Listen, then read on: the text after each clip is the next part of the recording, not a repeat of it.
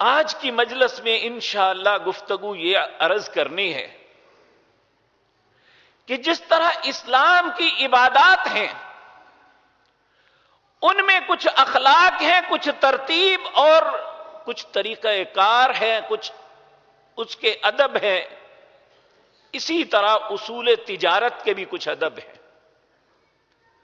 اس کا بھی کوئی طریقہ ہے۔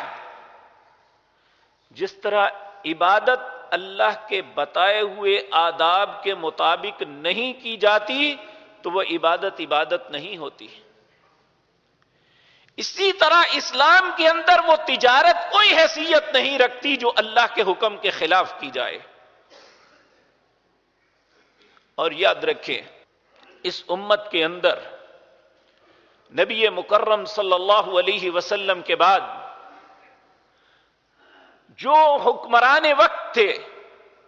اسلامی حاکم تھے، ان میں سب سے ممتاز نام جس کا ہے وہ سیدنا عمر بن خطاب رضی اللہ تعالی عنہ ہے، اور جس کے متعلق غیر مسلمان مورخوں نے یہ بات کہی ہے، انہوں نے اپنی طرف سے شکر ادا کیا کہ اللہ نے دنیا میں صرف ایک عمر پیدا کیا۔ کہا اگر عمر جیسا ایک شخص دنیا میں اور آ جاتا تو اسلام کے علاوہ دنیا میں مذہب ہی کوئی نہ ہوتا۔ سیدنا عمر رضی اللہ تعالی عنہ آپ جہاں دوسرے معاملات کا خیال کرتے تو اپنے تجار، اپنے ملازمین، اپنے اہلکار سب کی طرف توجہ دیتے۔ آپ بازار میں نکل جاتے،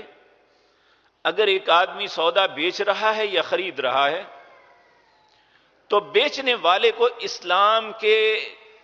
تجارتی آداب پوچھتے، اسلام کے اصول تجارت کیا ہیں۔ اگر تو اسے علم ہوتا تو اسے بازار میں کام کرنے کی اجازت دیتے، وگرنہ کہتے تمہیں تجارت کرنے کا کوئی حق نہیں کہ تمہیں پتہ ہی نہیں اسلام کا اصول تجارت کیا ہے۔ تو آج ہم اچھے مسلمان ہیں، بہت سے لوگ عبادات بھی بڑی اچھی کرتے ہیں، لیکن جہاں تجارت کا معاملہ آتا ہے وہاں الا ماشاء اللہ ہم سب بہک جاتے ہیں۔